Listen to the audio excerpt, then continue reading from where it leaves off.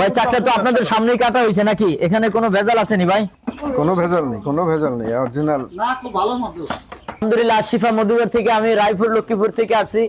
দেখেন আপনাদের কাছে, আপনাদেরকে আমি আপনাদের হাতে আসল মধুটা দেওয়ার জন্য এত পোকামাকড়ের খাবার খাওয়ার পরে হাতটা মানে ফুলে গেছে। দেখেন এই ভালো মধুটা কিভাবে দেই, এই এখন বর্তমান প্রেক্ষাপটে ভেজালের বাজারে মানে আসল মধুটা দেওয়ার জন্য আপনাদের কাছে এই জন্য কষ্ট ক্লাস করে ভাইকে আমি উঠেছি এই চাকটা কাটার জন্য। দেখেন এই চাকটা ইনশাল্লাহ এক একটা মধু আসলে চাক খোঁজাখুঁজি করতে অনেক বহুত বড় কষ্ট। এই কষ্ট ক্লান্তির পর থেকে মানে এই চাকটা কাটা হবে এখন।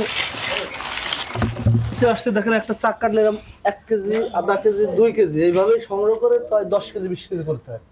আসলে অনেক সময় অনেকে বলে থাকেন যে ভাই ন্যাচারাল মধুর দাম এত কেন, আমরা খাবো কিভাবে? আসলে আমরা দাম বলতে আমরা অরিজিনালটা দিতেও পারবো। আসলে দেখেন এই যে মধুটা একদম পিওর, একদম চাক ভাঙ্গা, মানে একটা চাকি হয়েছে এখানে মানে কেজি খানেক মানে মধু হবে। দেখেন কেজি খানেক এই আসলে মধুটা কিরকম কি পোকা দেখছেন কামড়, তারপরে খাওয়ার পরও মানে ই করছে। আসসালামু আলাইকুম ওয়া রাহমাতুল্লাহ। ওয়ালাইকুম আসসালাম।